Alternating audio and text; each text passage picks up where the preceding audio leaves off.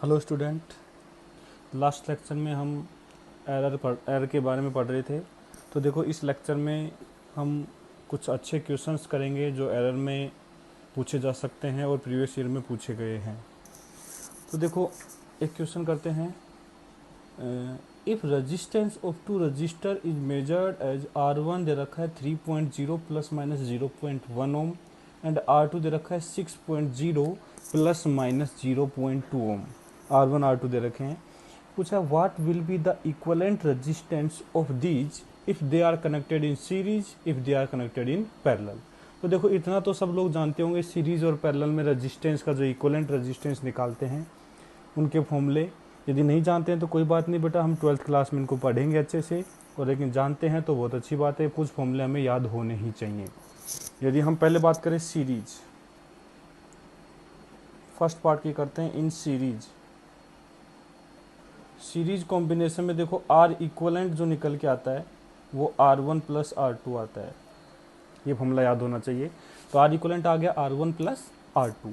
अब देखो सबसे पहले तो आर इक्वलेंट निकाल लेते हैं, क्या आएगा। आर इक्वलेंट आ जाएगा 3.0 प्लस 6.0, तो आर इक्वलेंट अपने पास आएगा 9.0 ओम। ये तो आर इक्वलेंट आ गया। लेकिन यदि हमें R1 R2 की वैल्यू विद एरर दे रखी है तो आर इक्वलेंट की वैल्यू भी विद एरर लिखनी पड़ेगी। तो यहाँ आर इक्वलेंट की एरर निकालने के लिए देखो मुझे पता है दो क्वांटिटी को ऐड किया गया है, तो जो एब्सोल्यूट एरर है वो ऐड हो जाती है। तो delta R equivalent will be equal to delta R1 plus delta R2। तो delta R equivalent will be equal to 0.1 plus 0.2, it will be equal to 0.3 ohm. इसका मतलब आर इक्वलेंट जो है कुछ ऐसे लिखा जाएगा 9.0 ओम प्लस माइनस 0.3 ओम, इस टाइप से। इसमें एरर निकालना चाहें तो एरर भी निकाल सकते हैं। Percentage error 0.3 divide by 9.0 into 100, ये परसेंटेज एरर आ जाएगी। ये तो था सीरीज। देखो सीरीज कॉम्बिनेशन बिल्कुल ईजी होता है, कुछ भी ऐसा खास नहीं है। लेकिन पैरेलल कॉम्बिनेशन में देखो क्या होगा। सेकंड, इन पैरेलल कॉम्बिनेशन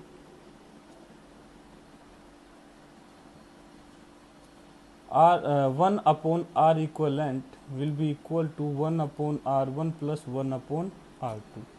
ये होता है बेटा फॉर्मूला। अब देखो ये फॉर्मूला तो चलो हमें याद है, लेकिन ये केस जो है इम्पोर्टेंट है, थोड़ा इससे अलग है। अभी तक हमने जितने भी केस पढ़े हैं, देखो हमने अभी तक जो केस पढ़े हैं उनमें हमने दो क्वांटिटी को ऐड करना देख लिया, सब्ट्रैक्ट करना देख लिया, मल्टीप्लाई करना देख लिया और डिवाइड करना देख लिया। लेकिन यहाँ देखो ध्यान से, ना तो ये सीधे सीधे ऐड हैं, क्योंकि देखो R1 प्लस R2 ऐड होते तो ऐसे होते, ना ये सब्ट्रैक्ट है, ना ये मल्टीप्लाई है, ना ये डिवाइड है। इसमें कुछ अलग है कि जो इन्वर्स वैल्यू 1 अपॉन समथिंग जो वैल्यू है वो सभी को 1 अपॉन में करके ऐड किया गया है। ऐसा केस तो अभी तक हमने प्रोपोगेशन ऑफ एरर में नहीं देखा। अब जब ये केस थोड़ा अलग है, अब इसको कैसे सोल्व करते हैं। तो देखो बेटा ध्यान रखना, जो यदि फॉर्मूले सीधे सीधे इनमें सेट हो रहे हैं तो इनसे करना है, जो इनमें नहीं सेट हो रहे हैं तो फिर उनके लिए एरर के फॉर्मूले हमें बनाने पड़ते हैं। जैसे हमने डिफरेंशिएशन मेथड से इनके एरर के फॉर्मूले बनाए थे, ऐसे ही डिफरेंशिएशन वाले मेथड से इनके एरर के फॉर्मूले बनाए जाते हैं। तो इसके देखो कैसे करते हैं हम, इनको दोनों तरफ से हम डिफरेंशिएट करेंगे। तो इधर हम आर इक्वलेंट के रेस्पेक्ट में करेंगे, इधर एक बार R1 के रेस्पेक्ट में और एक बार R2 के रेस्पेक्ट में। तो देखो ये आ जाएगा डिफरेंशिएट बोथ साइड। अब देखो दोनों तरफ से डिफरेंशिएट करेंगे तो 1 अपॉन आर इक्वलेंट। देखो 1 अपॉन आर इक्वलेंट जो है बेटा ये कुछ वैसे ही है जैसे 1 अपॉन एक्स लिखा हो, और 1 अपॉन एक्स का डिफरेंशिएशन मैंने शायद तुम्हें आता होगा सभी को। इसको लिखेंगे हम एक्स की पावर -1। 1 अपॉन एक्स को लिखोगे एक्स की पावर -1। अब डिफरेंशिएशन करोगे तो -1 नीचे आएगा और पावर एक और कम हो जाएगी, तो ये बन जाएगा माइनस ऑफ एक्स की पावर -2, और that will be equal to -1 upon X square. बेटा ये डिफरेंशिएशन सभी को आना चाहिए, अब मैं ये पहले पढ़ा चुका हूँ। तो 1 अपॉन एक्स का डिफरेंशिएशन आ गया -1 अपॉन एक्स स्क्वायर। तो देखो इसका 1 अपॉन आर इक्वलेंट का डिफरेंशिएशन आएगा -1 अपॉन आर इक्वलेंट का स्क्वायर। लेकिन बेटा मैंने बताया था कि इधर यदि आर इक्वलेंट का रेस्पेक्ट में डिफरेंशिएशन कर रहे हैं तो इसके साथ डी आर इक्वलेंट भी लिखना पड़ेगा, D R equivalent. 1 upon R equivalent का square into D R equivalent, जिसका डिफ्रेंशिएशन कर जिसके रेस्पेक्ट में डिफ्रेंशिएशन करते हैं उसको डी के साथ लिखते हैं, इज इक्वल टू ऐसे बेटा ये है 1 अपॉन आर, तो 1 अपॉन आर वन का डिफ्रेंशिएशन हो जाएगा -1 upon R one square into D R one -1 upon R two square into D R two, ये आर टू के रेस्पेक्ट में हो जाएगा। ये हमने डिफ्रेंशिएशन कर दिया। देखो बेटा माइनस माइनस माइनस कैंसिल हो जाएंगी, तो ये बन जाएगा D R equivalent upon R equivalent का square is equal to D R one upon R one square plus D R two upon R two square. ये बन जाएगा बेटा, ये फॉर्मूला बन गया D R equivalent upon R equivalent square is equal to D R one upon R one square plus D R two upon R two square. अब देखो बेटा यहाँ हमें ध्यान ये रखना है कि जो डी आर इक्वलेंट है ये है error, absolute error in R equivalent. D R one है absolute error in R one, जो कि हमें 0.1 प्रॉब्लम में दे रखी है। डी आर टू है absolute error in R two, जो भी हमें दे रखी है। बस हमें सिर्फ डी आर इक्वलेंट निकालना है। देखो यहाँ फॉर्मूला था 1 upon R equivalent equal to 1 upon R one plus 1 upon R two. यदि हम आर वन आर टू की वैल्यू इसमें रखेंगे, आर वन रखेंगे यहाँ से 3.0 और आर टू रखोगे 6.0, तो जो आर इक्वलेंट निकल के आएगा यहाँ से वो आ जाएगा R one R two upon R one plus R two, जो कि 2.0 ओम निकल के आ जाएगा। सोल्व करोगे यही आएगा बेटा। देखो 3 इंटू 6 18 और 3 प्लस 6 9, तो 18 अपॉन 9 हो जाएगा 2। ये आर इक्वलेंट निकल के आएगा। तो देखो हमें आर इक्वलेंट तो निकाल लिया, लेकिन इसमें एरर निकालनी है बेटा हमें। अब एरर निकालने के लिए देखो हम क्या करते हैं, ये वाला यहाँ से एब्सोल्यूट एरर निकालेंगे। तो देखो यहाँ से D R equivalent will be equal to D R one upon R one square into R equivalent का square plus D R two upon R two square into R equivalent का square. इसको multiply कर दिया R equivalent के square को, तो D R equivalent value put कर दो। डी आर वन आ जाएगा बेटा 0.1 अपॉन आर वन आया था 3 का स्क्वायर तो 9.0 इंटू आर इक्वलेंट आया था 2.0, इसका स्क्वायर आएगा 4.0 प्लस डी आर टू आएगा बेटा डी आर टू है 0.2 और आर टू का स्क्वायर हो जाएगा 36 इंटू आर इक्वलेंट 2.0 का स्क्वायर हो जाएगा 4.0। देखो ये हमने सोल्व ऐसे सिर्फ वैल्यू पुट कर दी इसमें, इसको सोल्व कर लेंगे यहाँ पे। D R equivalent will be equal to, ये आएगा 0.4 डिवाइड बाई 9.0 प्लस ये आएगा 0.8 डिवाइड बाई 36, तो यहाँ 36 एलसीएम ले लो, ये आएगा 4, तो ये आएगा 1.6 प्लस 36 0.8, तो यहाँ से डी आर इक्वलेंट निकल के आएगा 2.4 डिवाइड बाई 36, तो ये आएगा 3, ये आएगा 0.2, तो यह आ जाएगा 0.2 डिवाइड बाई 3, यह आ जाएगा हमारे पास 0.06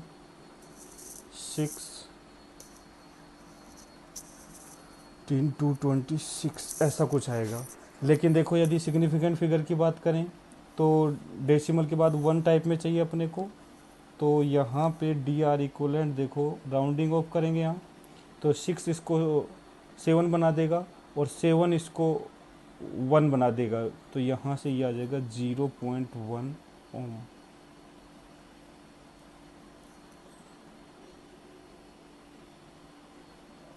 rounding off up to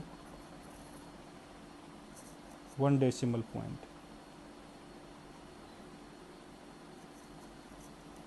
one decimal point तक राउंडिंग ऑफ करेंगे तो 0.1 आ जाएगा। इसका मतलब आर इक्वलेंट जो है वो लिखा जाएगा 2.0 प्लस माइनस 0.1 ओम। तो देखो ये जो केस है बेटा थोड़ा अच्छा है, थोड़ा नहीं मतलब अच्छा है, ये पहले जितने भी हमने केस किए थे उनसे अलग है। तो ध्यान रखना ये पैरेलल कॉम्बिनेशन, जब भी ऐसा फॉर्मूला है 1/r equivalent square equal to 1/r equivalent equal to 1/r1 plus 1/r2, तो उसका डिफ्रेंशिएशन करके कुछ ऐसा रिजल्ट बनने वाला है, dr equivalent upon r equivalent का square equal to dr1 upon r1 square plus dr2 upon r2 square. ये पैरेलल कॉम्बिनेशन वाले, और या फिर ऐसा कोई फॉर्मूला है तो उसमें हम ऐसा कर सकते हैं। तो ये रिजल्ट बेटा हमें याद रखना है, ठीक है। इसके बाद नेक्स्ट है, देखो एक चीज ध्यान रखनी चाहिए, if in any problem error in measured value is not given then take least count of the instrument as maximum possible error. कई बार क्या होता है बेटा, प्रॉब्लम में एरर के बारे में कुछ नहीं बताता, लीस्ट काउंट दे देता है या फिर कुछ रिजल्ट ऐसा देता है कि हम लीस्ट काउंट पता कर सकते हैं, तो उस केस में जो लीस्ट काउंट है इंस्ट्रूमेंट का वो ही मैक्सिमम पॉसिबल एरर हो जाएगी। यदि मान लो हम एक ऐसे इंस्ट्रूमेंट से लेंथ मेजर कर रहे हैं जो सेंटीमीटर में डेसिमल के बाद 1 डिजिट बताता है, तो जैसे मान लो ये लेंथ मेजर की हमने 10.0 सेंटीमीटर, इसका मतलब है ये जो इंस्ट्रूमेंट है कुछ ऐसी रीडिंग देगा 10.0, इससे जस्ट बड़ी रीडिंग देगा 10.1, 10.2, 10.3। तो देखो इस 0.1 सेंटीमीटर के डिफरेंस में रीडिंग दे रहा है। इसका मतलब ये यदि इस इंस्ट्रूमेंट ने 10.0 सेंटीमीटर इसको बोला है तो पक्का है ये 10.0 से ज़्यादा मैक्सिमम 10.1 तक जा सकती है और इससे कम 9.9 तक जा सकती है। इसका मतलब 0.1 से ज़्यादा इसमें वेरिएशन नहीं आ सकता, 0.1 से ज़्यादा बड़ी नहीं जा सकती और 0.1 से ज़्यादा छोटी नहीं जा सकती। इसका मतलब इसमें जो मैक्सिमम पॉसिबल एरर है वो 0.1 सेंटीमीटर के इक्वल है। तो ऐसे केस में जब 10.0, तो देखो इसकी नेक्स्ट पॉसिबल रीडिंग देखो 10.1 आने वाली है, तो ये 0.1 सेंटीमीटर इसका मैक्सिमम पॉसिबल एरर आ जाएगी। यदि या तो क्वेश्चन में लिस्ट काउंट स्पष्ट दिया रहेगा कि ये लिस्ट काउंट है तो वो रीडिंग वो एरर ले लेंगे, लेकिन यदि रीडिंग दे रखी है इस टाइप से तो यहाँ से भी हम लिस्ट काउंट का पता लगा सकते हैं। जैसे 100 सेकेंड लिख रखा है तो इस वाले इंस्ट्रूमेंट की अगली रीडिंग 101 सेकेंड, 102 सेकेंड इस टाइप की आएगी, तो डेल्टा टी जो है 1 सेकेंड हो जाएगा, जो एरर है टाइम में वो 1 सेकेंड हो जाएगी। जैसे यदि लिख दिया 100.0 सेकेंड, तो देखो 0.0 लगाने का मतलब है इसकी जो नेक्स्ट पॉसिबल रीडिंग है वो 100.1 सेकेंड आने वाली है। तो 100.0, 100.1, 100.2, तो देखो डेसिमल के बाद 1 डिजिट तक जा रहा है, इसका मतलब इसका जो डेल्टा टी है वो 0.1 सेकेंड होने वाला है। तो यहाँ से हम एरर पता कर सकते हैं। जैसे क्वेश्चन करते हैं, इसमें दिया था least count of A stop watch is 0.2 second, इसने दे दिया स्पष्ट, इसका मतलब एरर हमने दे दिया है टाइम में। The time period of 20 oscillation of a pendulum is measured to 25 second, मतलब 20 ऑसिलेशन का टाइम पीरियड हमें 25 सेकेंड दिया है, तो बोला है find maximum percentage error in time, maximum percentage error in time. तो देखो मैं सिंपल सी बात कहूँगा, इसमें जो डेल्टा टी है वो तो 0.2 सेकेंड लेना है मेरे को, क्योंकि इसने लीस्ट काउंट दे रखा है। और देखो 20 ऑसिलेशन का टाइम पीरियड 25 सेकेंड है, 20 ऑसिलेशन का टाइम पीरियड 25 सेकेंड है, तो 20 oscillation is equal to 25 second. वैसे यदि टाइम पीरियड निकाला जाए यहाँ से 1 ऑसिलेशन इज इक्वल टू होगा 25/20 सेकेंड, मतलब टाइम पीरियड जो है t will be equal to 25/20 second, ये t होगी। लेकिन ध्यान से देखो बेटा, percentage error in time period, तो ये होगी delta T upon T into 100। यदि हम इसको ऐसे लिख दे बेटा डेल्टा टी 0.2 सेकेंड, और यदि टी हमने ये लिख दिया 25/20 इंटू 100%, तो ध्यान रखना बेटा ये वाला जो केस है ये गलत हो जाएगा, इसको लिख करके काट लेना और अच्छे से काटना है बेटा, ताकि दिखे ऐसा हम नहीं करेंगे। ऐसा क्यों नहीं करेंगे बेटा, क्योंकि ध्यान से देखो इसने जो टाइम मेजर किया है टोटल वो 25 सेकेंड किया है, ना कि 25/20 सेकेंड। 25/20 सेकंड कोई मेजरमेंट नहीं है, इसने तो टोटल तो टाइम मेजर किया है 25 सेकंड है। मतलब ये जो 0.2 सेकंड की एरर है वो 25 सेकंड में है, ना कि इस टाइम में। ये तो हमने इसका यूज करके निकाला है। देखो ऐसा इसलिए करता है, यहाँ से देखो हमें आइडिया लग रहा है कि जो इसका टाइम पीरियड है वो 1 सेकंड से थोड़ा ही बड़ा है। यदि ये एक ही टाइम पीरियड मेजर करता 1 सेकंड के आसपास, तो उस केस में इसका जो एरर है 0.2 सेकंड, तो देखो 1 सेकंड के लिए 0.2 सेकंड एक बहुत बड़ी एरर है। लेकिन इसने क्या दिमाग लगाया, 20 ऑसिलेशन मेजर किए। इससे क्या हुआ, 20 ऑसिलेशन का टाइम पीरियड 25 सेकंड, तो अब जो ये 0.2 सेकंड की एरर है ये 25 सेकंड में है, ना कि 25/20 सेकंड में। इसका मतलब हमें जो टोटल टाइम जो यूज करना है एरर के लिए वो 25 सेकंड करना है, ना कि ये टाइम करना है। इसका मतलब इसमें जो एरर आएगी डेल्टा t/t इंटू 100, तो ये आएगी 0.2 डिवाइड बाई 25 इंटू 100%। मतलब हमें परसेंटेज एरर इन टाइम निकालने के लिए टोटल टाइम यूज करना है। Always use total measure time. यहां टोटल मेजर टाइम यूज करना है। इसका मतलब परसेंटेज एरर जो है in T will be equal to, ये आएगा 25/0.8%। मतलब टाइम पीरियड में जो एरर है वो 0.8% है। इसका मतलब सेकंड पार्ट पूछा था find time period of oscillation, तो देखो सेकंड पार्ट है time period will be equal to 25/20 second plus minus 0.8% of 25/20 second. देखो ये क्या लिखा है हमने, मुझे पता है टाइम पीरियड तो ये है, लेकिन इसमें कुछ एरर भी तो है, और एरर हम टाइम पीरियड में निकाल चुके हैं कि 0.8%, जो भी इसका टाइम पीरियड होगा उसका 0.8% इसमें एरर होगी। तो टाइम पीरियड को देखो ऐसे लिखा जाएगा 25/20 सेकेंड प्लस माइनस 0.8% ऑफ, देखो किसी का भी परसेंटेज ना निकालना है तो क्या करो, 0. इसका निकालना है तो ये आएगा 25/20, और परसेंटेज को हटाने के लिए 100 से डिवाइड कर दो, तो टाइम पीरियड आ जाएगा 25/20 सेकेंड प्लस माइनस, ये सेकंड में आएगा। बेटा परसेंटेज निकाला अपन ने, परसेंटेज हटाने के लिए 100 से डिवाइड, और इसका परसेंटेज निकाला तो मल्टीप्लाई कर दिया, तो ये आ गया 25/4, ये आएगा 4, 0.2, 0.2/20, 0.2/20 सेकेंड। इसको सोल्व कर सकते हैं आगे, कोई बड़ी बात नहीं है। 0.01 सेकेंड आएगा, तो यहाँ से टाइम पीरियड निकाल सकते हैं। ये एरर आएगी, time period will be equal to, यदि इसको सोल्व करें तो ये आएगा 5/4,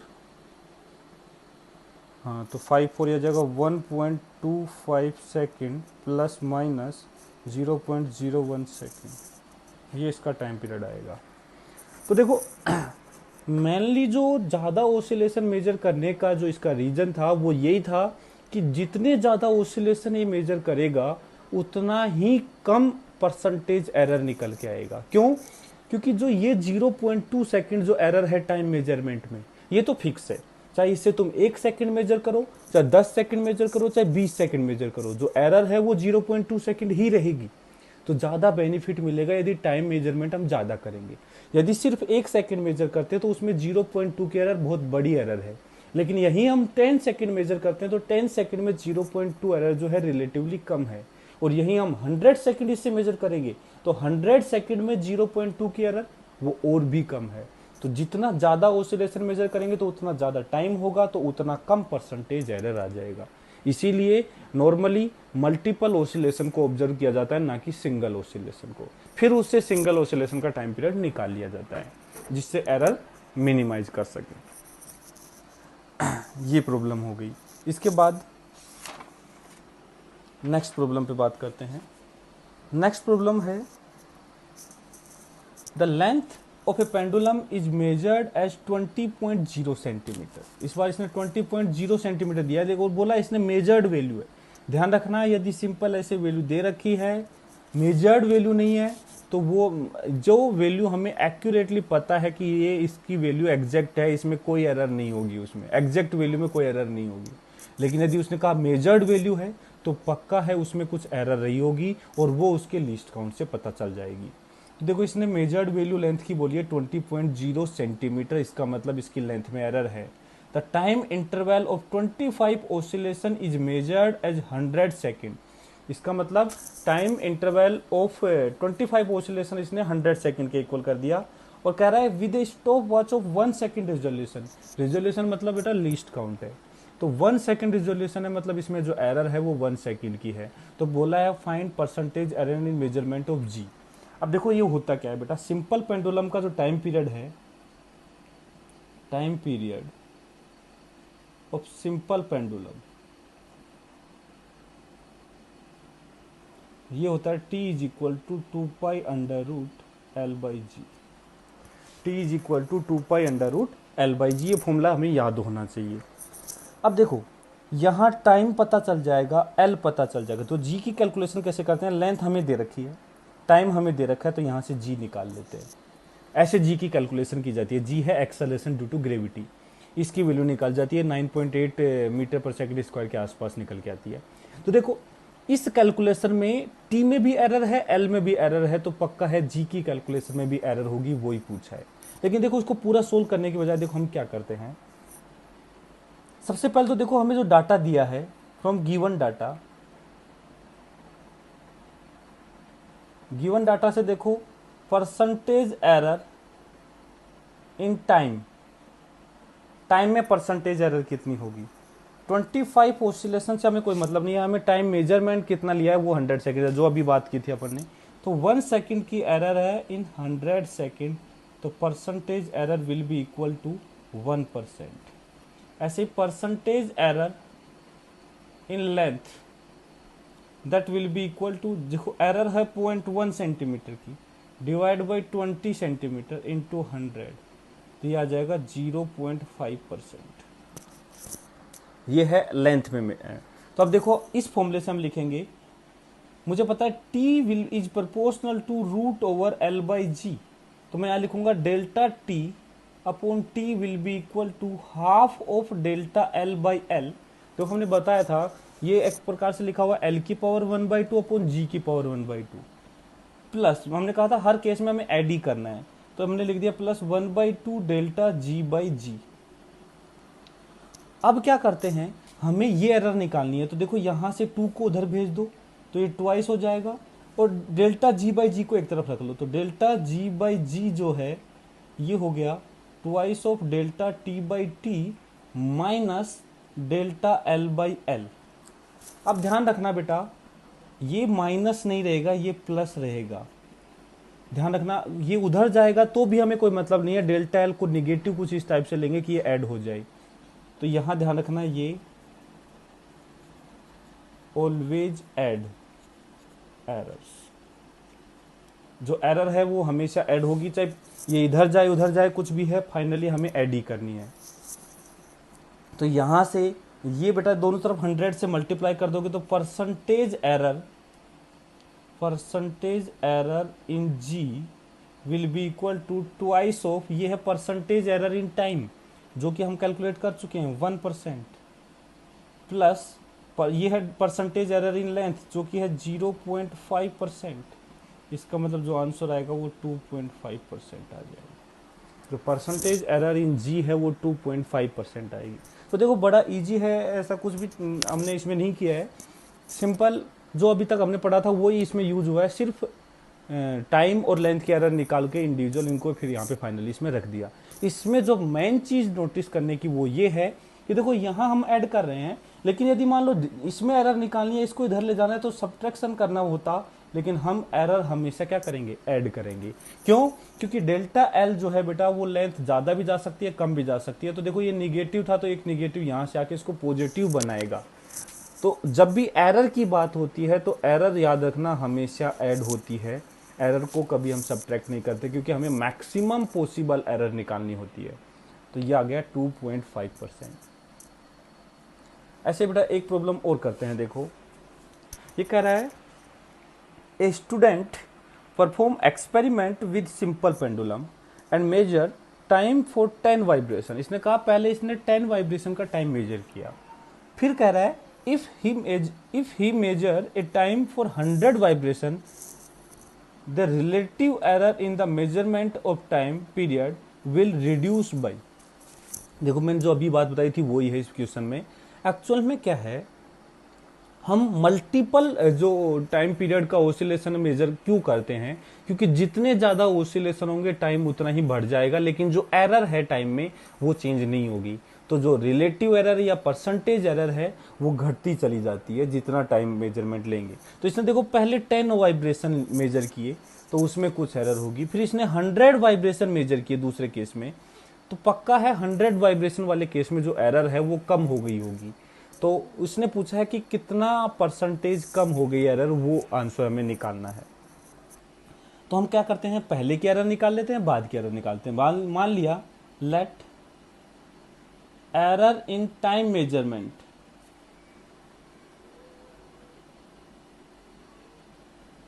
is delta T. Time measurement में जो एरर है वो डेल्टा टी है, एंड टाइम पीरियड जो है, time period of 1 vibration is equal to T है। तो देखो पहले जो एरर थी, इनिशियल केस में जो एरर थी, इनिशियल एरर वो आएगी टाइम में, तो डेल्टा टी है अपॉन टोटल टाइम में। देखो ये तो बेटा एक वाइब्रेशन का टाइम है, लेकिन हमने टाइम मेजर किया था 10 वाइब्रेशन, तो 10 टी। इनिशियल एरर है, रिलेटिव एरर की बात कर रहे हैं, initial relative error, final relative error. Final का मतलब बेटा हम सेकंड केस की बात कर रहे थे, तब 100 वाइब्रेशन किया इसने, तो यह है डेल्टा टी अपॉन 100 टी, बस यही चेंज हुआ है। तो अब देखो परसेंटेज चेंज, इसका फॉर्मूला होता है बेटा final value minus initial value upon initial value into 100। जब भी कोई परसेंटेज चेंज निकालते हैं तो ऐसे ही निकालते हैं, final value minus initial value upon initial value into 100। तो परसेंटेज चेंज जो आया है, फाइनल वैल्यू है delta T upon 100 T minus delta T upon 10 T upon delta T upon 10 T into 100%। तो देखो ये निगेटिव में आने वाला है, इसका मतलब है डिक्रीज हुई है, ध्यान रखना, निगेटिव में आया डिक्रीज हुई है, तो देखो इसने बोला है रिड्यूस, तो सिर्फ हमें बस कितना रिड्यूस हुई है वो बताना है। तो देखो इसको यदि सोल्व करेंगे तो ये आ जाएगा 100 एलसीएम आ जाएगा, तो 1 माइनस 9 आ जाएगा, और ये 100 कैंसिल हो जाएगा, तो ये आ जाएगा 1 माइनस 9 अपॉन 10, 90%, माइनस 90%। ये माइनस साइन रिप्रेजेंट कर रहा है रिड्यूस, ये निगेटिव साइन जो ये बता रहे रिड्यूस हुई है, तो 90% आंसर आ जाएगा। देखो इसको सोल्व करना है सिंपल, बाकी सब कट जाएंगे तो 90% आंसर आ जाएगा। तो देखो यही मैंने अभी बताया था कि जितने ज़्यादा वाइब्रेशन का टाइम हम मेजर करेंगे, जो एरर है, रिलेटिव एरर जो है, वो उतनी कम होती चली जाएगी टाइम मेजरमेंट में। तो वो इसमें यहाँ पे हुआ है। इसके बाद नेक्स्ट क्वेश्चन की बात करते हैं। देखो एक नोट है जो हमें ध्यान रखना चाहिए, वो क्या है, कई बार ऐसी प्रॉब्लम आती हैं जिसमें या तो किसी फिजिकल क्वांटिटी को इंक्रीज करेगा या किसी फिजिकल क्वांटिटी को डिक्रीज करेगा। तो देखो किसी क्वांटिटी को इंक्रीज करना और डिक्रीज करना ये डिफरेंट थिंग है उस क्वांटिटी के एरर में। तो एरर के केस में तो हम हमेशा दो एरर जो है फाइनल एरर निकालने के लिए हमेशा एरर को ऐड करते हैं, लेकिन यदि कभी यूज करें कि एक क्वांटिटी को इतना परसेंट बढ़ा दिया, दूसरी को इतना परसेंट घटा दिया, तो उस केस में जो फाइनल जो चेंज है, जो फाइनल फिजिकल क्वांटिटी का चेंज है, वो हमेशा हमें साइन के साथ लेना पड़ेगा, वहां हम हमेशा ऐड करने वाला कंसेप्ट नहीं लगाएंगे। जैसे फॉर एग्जांपल इसने कहा है, देखो यहाँ कह रहा है कि if mass of an object is decrease by 1% and velocity is increase by 2%। कैसे भी किया, इसने मास को 1% घटा दिया और वेलोसिटी को 2% बढ़ा दिया। तो जो बढ़ाएगा उसको पॉजिटिव साइन मतलब प्लस 2%, घटाएगा उसको नेगेटिव साइन मतलब माइनस 1%, ऐसे यूज करते हैं। तो बोला find percentage change in kinetic energy. तो ध्यान रखना if percentage changes are less than 5%, बेटा लेस देन 5% होते हैं, जैसे इसमें 1% और 2% ऐसे 5% से कम है, तो उस केस में हम ये वाला मेथड अपनाते हैं जो हम कर रहे हैं, डिफरेंशियल मेथड बोलते हैं इसको। देखो काइनेटिक एनर्जी है वो हाफ एम वी स्क्वायर, तो यहाँ सीधा लिखेंगे हम delta K by K into 100% will be equal to, half तो कांस्टेंट है हट जाएगा, delta M by M into 100% plus twice of delta V by V into twice of delta V by V into 100%। तो यहाँ से percentage change in kinetic energy will be equal to, ये है percentage change इन मास जो कि -1 आएगा, ध्यान रखना यहाँ माइनस के साथ लेंगे, plus twice of percentage change in velocity 2, तो ये 4, तो जो ये आएगा 4, परसेंटेज इन वेलोसिटी 2 है बेटा सॉरी, तो ये 4 माइनस 1 3% इंक्रीज हो जाएगी, प्लस का है इसका मतलब इंक्रीज हो जाएगी। तो इस टाइप से परसेंटेज चेंज निकालते हैं बेटा। मैं सिर्फ यहाँ सिर्फ यही बताना चाह रहा हूँ कि किसी क्वांटिटी को, देखो सिंपल सी बात है, काइनेटिक एनर्जी में वेलोसिटी को बढ़ाएंगे तो काइनेटिक एनर्जी बढ़ेगी, लेकिन मास को घटाएंगे तो काइनेटिक एनर्जी घटेगी ना। तो एक चीज़ बढ़ा रहे हैं एक चीज़ घटा रहे हैं, तो ओवरऑल तो दोनों सब्ट्रैक्ट होंगे, इसलिए ऐसा इफेक्ट निकाल के आएंगे। तो ये 5% से कम एरर होती है, तब हम उस केस में ऐसा करते हैं। जैसे इसका एग्जाम्पल और लेते हैं, जैसे if length of simple pendulum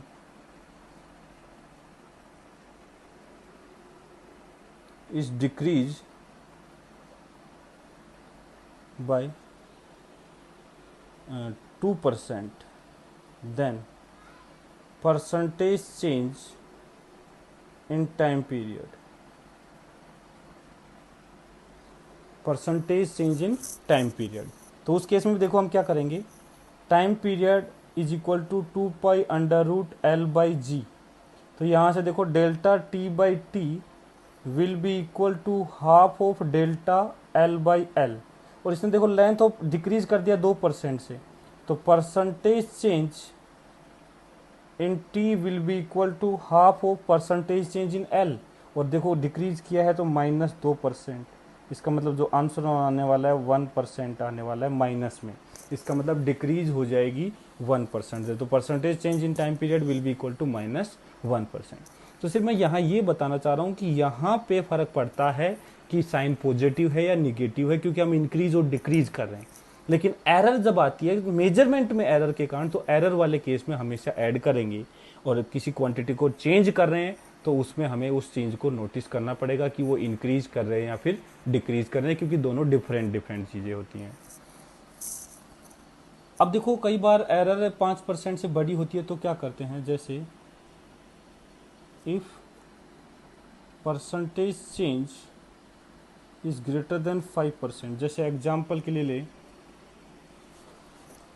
suppose if momentum is increased by 10%, then percentage change in kinetic energy will be, ये देखो अब देखो इसने मोमेंटम 10% बढ़ा दिया काइनेटिक एनर्जी में, तो सबसे पहले काइनेटिक एनर्जी और मोमेंटम का रिलेशन देखेंगे। मोमेंटम में चेंज बोला है और बाकी में किसी में नहीं बोला, तो हम किसी का और चेंज नहीं लेंगे, सिर्फ मोमेंटम का लेंगे। तो देखो यहाँ पे काइनेटिक एनर्जी का एक फॉर्मूला होता है बेटा p²/2m, p²/2m कुछ नहीं है बेटा, जो हाफ एम वी स्क्वायर था उसको m से मल्टीप्लाई डिवाइड कर दिया, तो देखो ये बन जाएगा m²v², जो कि बन जाएगा p²/2m, वही लिखा हुआ है kinetic energy is equal to p²/2m। तो यहाँ हमें पता चल गया काइनेटिक एनर्जी प्रोपोर्शनल है p² की, ठीक है। तो यहाँ यूनिटरी मेथड लगाते हैं, यहाँ हम डिफरेंशियल वाला मेथड नहीं लगाएंगे, यहाँ हम ऐसे नहीं कहेंगे delta k/k is equal to twice of delta p/p, वहाँ से इसका आंसर 20% आ जाएगा, वो गलत है बेटा। वो हम तब यूज कर सकते हैं जब एरर 5% से कम है, यदि एरर 5% से ज़्यादा है तो उस केस में हम ये मेथड यूज नहीं करेंगे, क्योंकि इसमें एरर आ जाएगी, कुछ मिस्टेक हो जाएगी, जो वैल्यू है वो सही नहीं आएगी। उसके लिए हम ये वाला मेथड यूज करेंगे। तो हम कहेंगे kinetic energy initial upon kinetic energy final is equal to initial momentum upon final momentum का स्क्वायर। देखो मुझे पता है काइनेटिक एनर्जी पी स्क्वायर के प्रोपोर्शनल, तो initial kinetic energy initial P square के प्रोपोर्शनल होगी, final kinetic energy final P square के प्रोपोर्शनल होगी। दोनों को डिवाइड कर दिया तो इनिशियल काइनेटिक फाइनल काइनेटिक का रेशियो है इनिशियल मोमेंटम और फाइनल मोमेंटम के स्क्वायर के प्रोपोर्शनल आएगा। अब देखो मुझे पता है P इनिशियल को सपोज मैं बोल देता हूँ P था, तो P फाइनल इसने 10% बढ़ा दिया। तो देखो बेटा 10% बढ़ा दिया मतलब जो P था प्लस P का 10% बढ़ा दिया, मतलब 10/100, मतलब ये आ जाएगा 1.1 P। ध्यान रखना 10% बढ़ा, देखो P तो था ही, प्लस बढ़ाया तो प्लस 10%, तो P का 10% हो जाएगा P इंटू 10/100। तो यहाँ से आ गया 0.1 P, तो ये दोनों को ऐड करोगे तो ये आ जाएगा 1.1 P, मतलब ये 10% बढ़ाया हुआ है। तो मैं कहूँगा इनिशियल काइनेटिक एनर्जी को K बोल दिया, फाइनल काइनेटिक एनर्जी को K डैश बोल दिया, ये आ जाएगा P अपॉन 1.1 P का square, that will be equal to P cancel हो जाएगा 1.1.21, क्योंकि 1.1 का स्क्वायर आएगा 1.21। तो काइनेटिक एनर्जी जो फाइनल आएगी वो 1.21 ऑफ इनिशियल काइनेटिक एनर्जी आएगी। इसका मतलब ये 21% इंक्रीज हो गई है। यदि निकालना चाहें फॉर्मूला तो परसेंटेज चेंज जो आएगा, change in kinetic energy will be equal to final value 1.21 K minus initial value K upon initial value K into 100, तो ये 21% इंक्रीज हुई है। तो देखो वहाँ से आंसर आता 20%, लेकिन एक्चुअल आंसर इसका आएगा 21%। मैं सिर्फ ये बताना चाह रहा हूँ, जो वहाँ हम उस केस में जो कर रहे थे प्लस माइनस साइन को हमेशा ऐड करने वाला, वो यहाँ नहीं लेंगे, और 5% से कम केस में ये लगाएंगे, और 5% से बड़े वाले केस में इस वाला मेथड को यूज करेंगे। और ये मेथड हम पहले से यूज करते आ रहे हैं 10th क्लास तक, उसमें कोई नया चीज़ हमने यूज नहीं किया है। अब देखो एक चीज़ का और ध्यान रखना, जैसे time period delta T by T is equal to half of delta L by L लिखा, क्योंकि केवल लेंथ में चेंज कर रहा था। यदि जी में भी चेंज होता तो हम यहाँ पे देखो ये नीचे है, तो वैसे तो हम क्या करते plus half of delta G by G plus, क्योंकि हमें पता है नीचे है चाहे ऊपर है वो तो प्लस आना है। लेकिन नहीं, जब हम इंक्रीज और डिक्रीज वाला केस कर रहे हैं तो ऊपर वाली क्वांटिटी को तो half delta L by L लिखा है, लेकिन नीचे वाली जो क्वांटिटी है इसके जी की पावर 1/2, तो ऊपर जाके जी की पावर -1/2 बनेगी, तो वहाँ -1/2 डेल्टा जी बाई जी आएगा। मतलब वहाँ हमें किसी भी निगेटिव साइन, जैसे हमने वहाँ याद करो ये जो हमने कहा था इसकी पावर माइनस में है तो भी उसको प्लस कर दो, वो सिर्फ एरर वाले केस में है। ये इस वाले केस में मुझे पता है जी को यदि डिक्रीज करोगे तो टाइम पीरियड डिक्रीज होगा, इसका मतलब मुझे इसको निगेटिव साइन के साथ लेना ही पड़ेगा। तो इस चीज़ों का हमें ध्यान रखना है, यहाँ हम साइन चेंज बिल्कुल भी किसी भी केस में नहीं करेंगे। जो पॉजिटिव है तो पॉजिटिव, निगेटिव है तो निगेटिव, जब इंक्रीज और डिक्रीज वाली बात हो रही है तब। तो ये थोड़ी अलग चीज़ें थी, तो ये मेरे को बतानी थी। इसके अलावा कुछ क्वेश्चन और करते हैं। अब देखो बात आती है कि ये तो था सिंपल क्वेश्चंस थे जिसमें फॉर्मूला बेस्ड वैल्यू सेट करनी थी और आंसर निकालना था, लेकिन कई प्रॉब्लम जो है वो हमने जो एडिशन, सब्ट्रैक्शन, मल्टीप्लिकेशन, डिवीजन पढ़ा है उनमें सेट नहीं होती हैं, उनसे अलावा भी सोल्व करनी पड़ जाती हैं, जो कि जेई एडवांस में पूछ भी लेता है। तो देखो जैसे क्वेश्चन लेते हैं, इसने बोला consider S is equal to X cos theta. अब यहाँ देखो कोस का तो हमने अभी तक कोई फॉर्मूला पढ़ा ही नहीं है, कोस में एरर कैसे निकालते हैं, तो उस केस में कोई बात नहीं। यदि हमने जो ऐसे कुछ फंक्शन आ जाए cos theta, exponential function, sine theta, tan theta, तो उस केस में हमें डिफरेंशिएशन यूज करना है, सिंपल डिफरेंशिएशन बस। और डिफरेंशिएशन मैं अच्छे से पढ़ा चुका हूँ और वो तुम्हें अच्छे से आना भी चाहिए। तो देखो हमारे पास लिखा S is equal to X cos theta, इसने s की वैल्यू पूछी है। तो यदि कोई सोचे कि s तो sir s is equal to X, X तो हमने निकाला 2.0 इंटू कोस थीटा है 53, ये इसकी एक्चुअल वैल्यू, एरर को छोड़ रहा हूँ मैं अभी। तो यहाँ से 2.0 इंटू कोस 53, बेटा याद करो मैंने 37 और 53 की वैल्यू बताई थी, तो कोस 53 की वैल्यू हमें बतानी है, तो कोस 53 आ जाएगा 3/5, हमें याद रखनी चाहिए ये वैल्यू 3/5, तो यह आ जाएगा 6/5 मतलब 1.6/5, तो यह 1 2 6 तो 5 1 1 10 2 1.2 सेंटीमीटर। यह आ गया एस की वैल्यू।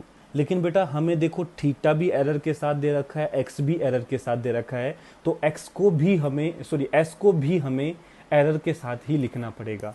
ये तो उसकी जो मेजर्ड वैल्यू जो है वो आ गई, लेकिन इसमें एरर कितनी है वो भी हमें निकालनी पड़ेगी। इसके लिए देखो क्या करते हैं, मुझे पता है एस इज इक्वल टू है एक्स कोस थीटा। अब एरर निकालने के लिए दोनों तरफ डिफरेंशिएट करेंगे। तो वेरिएबल इधर देखो एक्स भी है और थीटा भी है, तो एक बार डिफरेंशिएशन एक्स के रेस्पेक्ट में, एक बार थीटा के रेस्पेक्ट में। तो देखो एस का डिफरेंशिएशन तो डेल्टा एस या डी एस हो जाएगा। डी एस यहाँ पे बेटा एरर है एस में, जिसको हम डेल्टा एस भी लिख सकते हैं। दूसरा है, अब देखो ये दो प्रोडक्ट में है तो प्रोडक्ट रूल लगेगा। एक बार एक्स का डिफरेंशिएशन कर देंगे डेल्टा एक्स, कोस थीटा जो है उसको एज इट इज रख देंगे, प्लस एक्स को एज इट इज रख देंगे, कोस का डिफरेंशिएशन माइनस साइन थीटा। लेकिन ध्यान रखना बेटा माइनस हो या प्लस हो, मैंने बताया यहाँ एरर हमेशा ऐड होती है। वैसे चलो लिख देते हैं माइनस साइन थीटा इनटू, देखो अभी कंप्लीट नहीं हुआ है, जैसे यहाँ डेल्टा एक्स लिखा था यहाँ थीटा के रेस्पेक्ट में कर रहे हैं तो डेल्टा थीटा भी लिखना है। इन चीज़ों का हमें ध्यान रखना है। तो यहाँ से इसको डेल्टा एस लिख देता हूँ, एक काम करता हूँ डी एस की बजाय, तो delta S will be equal to delta X cos theta. देखो ये माइनस आएगा लेकिन एरर हमेशा ऐड होती है तो ये प्लस आएगा, तो ये बन जाएगा x sign theta into delta theta. तो ये प्लस बना है, एरर ऑलवेज एडेड। ठीक है, तो अब देखो डेल्टा एक्स की वैल्यू निकालते हैं। डेल्टा एक्स बेटा डेल्टा एक्स है, एक्स में एरर, एक्स है 2.0 प्लस माइनस 0.2, तो डेल्टा एक्स आ गया 0.2 इंटू कोस थीटा। देखो यहाँ थीटा है बेटा, ये थीटा में एरर नहीं है, डेल्टा थीटा है, थीटा में एरर, तो थीटा तो 53 था ना, तो यहाँ रख देंगे कोस 53 प्लस एक्स, एक्स तो बेटा इसकी वैल्यू है 2.0। ध्यान रखना एक्स अलग चीज है, डेल्टा एक्स अलग चीज है, जहाँ एक्स है वहाँ एक्स रखना, डेल्टा एक्स है वहाँ डेल्टा एक्स रखना, जहाँ थीटा है वहाँ थीटा रखना, जहाँ डेल्टा थीटा है वहाँ उसकी एरर लिखेंगे। तो ये x into sine theta, sine 53 into delta theta. बेटा डेल्टा थीटा इसने 2 डिग्री दिया है, लेकिन ध्यान रखना मैंने बताया था डिग्री की जो है वो हमेशा साइन और कोस इनके अंदर ही लिखते हैं, बाहर जब भी इसको यूज करना हो तो रेडियन में यूज करते हैं। तो 2 डिग्री ना लिख के इसको रेडियन में कन्वर्ट करेंगे तो ये बन जाएगा π/180। इसको थोड़ा सोल्व कर लेते हैं। तो delta S will be equal to 0.2 into cos 53 बन जाएगा 4/5, सॉरी 3/5, कोस 53 बन जाएगा 3/5 प्लस 2.0 इंटू ये बन जाएगा 4/5 इंटू 2 इंटू π/180। अब देखो बेटा ये है 4, ये बन जाएगा 90 हाफ 45 और ये बन जाएगा 0.6/5। तो delta S will be equal to 0.6/5 हो जाएगा 0.12 प्लस, बेटा इसको यदि पूरे को सोल्व करोगे तो देखो ये कैलकुलेशन करने पे आएगा 0.055, लेकिन इसको राउंड ऑफ करना पड़ेगा। राउंड ऑफ करोगे डेसिमल के बाद, इसको देखो डेसिमल के बाद 2 डिजिट तक यदि इसको करोगे, देखो ये 0.12 है तो ये बन जाएगा 0.5 को 6 बना देगा 0.6। तो देखो एक सिग्निफिकेंट फिगर फाइनली रहना चाहिए। तो यहाँ भी देखो डेसिमल एक सिग्निफिकेंट फिगर है तो यहाँ भी एक सिग्निफिकेंट फिगर रहना चाहिए। तो ये डेल्टा एस जो है फाइनली ये 0.12 और ये 0.06, तो ये 0.18 सेंटीमीटर बन जाएगा। तो देखो सिंपल ये तो कैलकुलेशन है। देखो मेन जो पोर्शन है वो इस डिफरेंशिएशन वाला मेथड को यूज़ करना है और ये समझ में हमें अच्छे से आना चाहिए। ऐसे देखो एक क्वेश्चन आईआईटी एडवांस में पूछा हुआ है, ये आईआईटी एडवांस, इसका जो आईआईटी एडवांस का जो ईयर है वो मुझे अच्छे से ध्यान नहीं है, शायद 2015 में पूछा गया था, ये 2015 में पूछा गया था शायद जी। देखो ये इस क्वेश्चन में देखो इसने कहा है the energy of a system as a function of time is given by, एक एनर्जी का है कोई भी, उसका फॉर्मूला दे रखा है ए स्क्वायर ई की पावर माइनस अल्फा टी का, वेयर अल्फा दे रखा है 0.2 सेकेंड। इसने अल्फा फिक्स दे दिया, इस पर कोई मेजर्ड वैल्यू नहीं बताई इसने, तो मतलब इसको फिक्स मानना, इसमें कोई एरर नहीं माननी है। कहा है the measurement of A has an error of 1.25%, मतलब given that delta A upon A into 100 जो है वो 1.25% है, ठीक है, and that of time is है जो 1.50, मतलब delta T upon T into 100 जो है वो 1.50% है। पूछा है then find error in E at T equal to 5 second, E में एरर निकालनी, परसेंटेज एरर 5 सेकेंड पर। अब देखो कैसे करते हैं। सबसे पहले ये लिख लो E is equal to A square E की power minus alpha into T. तो देखो सब मैंने बताया कि जब भी एक्सपोनेंशियल लोगरिथमिक ऐसा कोई भी फंक्शन आ जाए तो उस केस में हम इसका डिफरेंशिएशन करेंगे दोनों तरफ। तो ई का डिफरेंशिएशन तो आ जाएगा डेल्टा ई। अब देखो यहाँ दो वेरिएबल, ध्यान रखना वेरिएबल, ध्यान रखना अल्फा यहाँ कांस्टेंट है, अल्फा वेरिएबल नहीं है, अल्फा की वैल्यू फिक्स है। यहाँ वेरिएबल है एक तो ए और एक है टी, तो दोनों के रेस्पेक्ट में डिफरेंशिएशन करना पड़ेगा। पहले हम ए के रेस्पेक्ट में करते हैं। तो ए के रेस्पेक्ट देखो ए स्क्वायर है तो इसका 2a into delta A, 2a into delta A के रेस्पेक्ट में किया तो ई की पावर जो है एज इट इज रख दो, प्लस दूसरा है बेटा ए स्क्वायर एज इट इज रहने दो, ई की पावर माइनस अल्फा टी का आएगा ई की power minus alpha T into minus alpha, लेकिन साथ में डेल्टा टी लिखना मत भूलना क्योंकि टाइम के रेस्पेक्ट में कर रहे हैं तो डेल्टा टी लिखेंगे। अब देखो डिवाइड बोथ साइड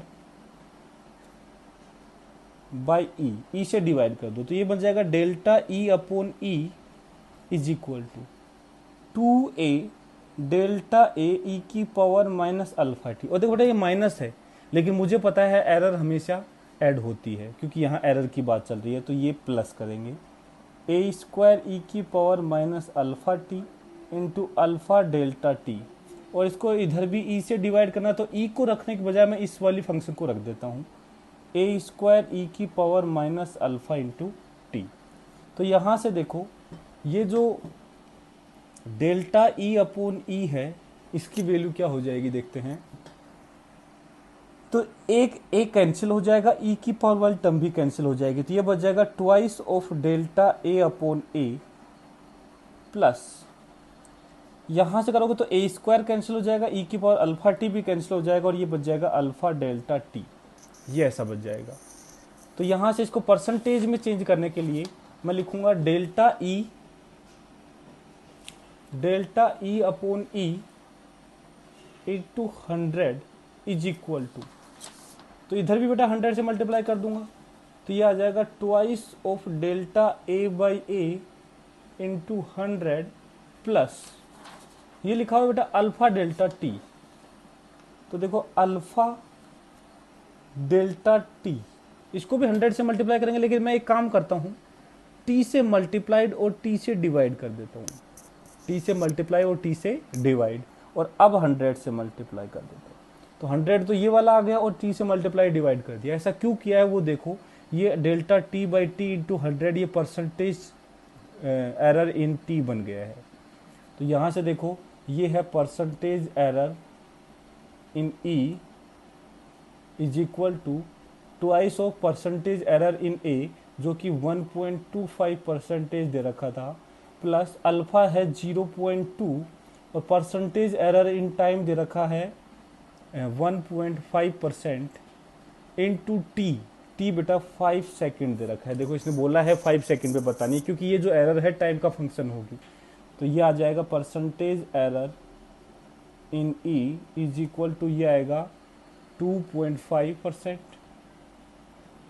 प्लस ये आएगा 0.3 इंटू 5 1.5%। तो ये जो एरर है 4% आ जाएगी। इंटीजर टाइप क्वेश्चन था और इसका आंसर 4 था बेटा। तो देखो कितना बढ़िया क्वेश्चन है। ऐसा कुछ भी इसमें ऐसी चीज़ें नहीं कर रहा है जो कंफ्यूज करे। तो सिंपल डिफरेंशिएशन करके उसको सोल्व करना है। तो डाटा बिल्कुल ऐसा देता है जेईई एडवांस में जो इजीली उसमें सेट हो जाए। क्योंकि डिफरेंशिएशन यूज करवा रहे तो इसको फालतू में कैलकुलेशन में नहीं उलझाएगा तुम्हें। पिछले वाले क्वेश्चन जो हमने किया था ये एडवांस में नहीं पूछा हुआ है, लेकिन ये सिर्फ कैलकुलेशन देखो थोड़ी टफ पड़ रही है, लेकिन एडवांस जो पूछ रहा है उसमें कोई कैलकुलेशन ज़्यादा नहीं पड़ रही है इस केस में। सिर्फ कंसेप्ट वो जानना चाहता है तुमसे। ऐसे ही बेटा एक क्वेश्चन और करते हैं। ये है if x is equal to है पाई टेन थीटा। बोला है find value of theta for which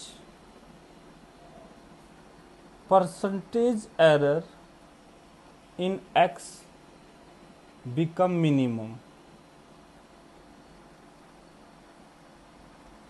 theta की वैल्यू बताओ जब x में परसेंटेज एरर मिनिमम हो जाए। तो सबसे पहली बात देखो, सिंपल सी बात है, क्वेश्चन को देख के पता चल रहा है हमें कि यहाँ सबसे पहले हमें परसेंटेज एरर इन x निकालना पड़ेगा और उसको मिनिमाइज करना पड़ेगा। तो देखो परसेंटेज एरर निकालने के लिए देखो इसमें हमने कोई ऐसा मेथड पढ़ा नहीं है, तो डिफरेंशिएशन करेंगे। तो x इज इक्वल टू लिखा हुआ है पाई टेन थीटा, तो दोनों तरफ डिफरेंशिएशन कर दिया। x का डिफरेंशिएशन यहाँ आ जाएगा डेल्टा x, dx लिख दो या डेल्टा x लिख दो, उसमें कोई फर्क नहीं पड़ रहा बेटा। पाई तो कांस्टेंट है, वो रह जाएगा, पाई में कोई एरर नहीं है। टेन थीटा इसका डिफरेंशिएशन होगा sec square theta into delta theta. अब क्या करो, परसेंटेज एरर इन x बनाने के लिए x से डिवाइड कर दो। Divide both side by x से डिवाइड कर दो तो ये बन जाएगा देखो डेल्टा x अपॉन x, इधर तो ये बन जाएगा। दूसरा तरफ लिखा हुआ था ये था pi sec square theta into delta theta, इसको डिवाइड करोगे पाई टेन थीटा से, तो यहां से पाई कैंसिल हो जाएगा। तो delta x upon x into 100, ये परसेंटेज एरर इन x बन गया, जो कि इक्वल होगा 1 upon cos square theta upon sine theta upon cos theta into delta theta into 100%। तो ये है percentage error in x is equal to, x में परसेंटेज एरर जो है वो बन गया, एक कोस कैंसिल हो जाएगा, ये बचेगा 1 upon sine theta into cos theta into delta theta into 100।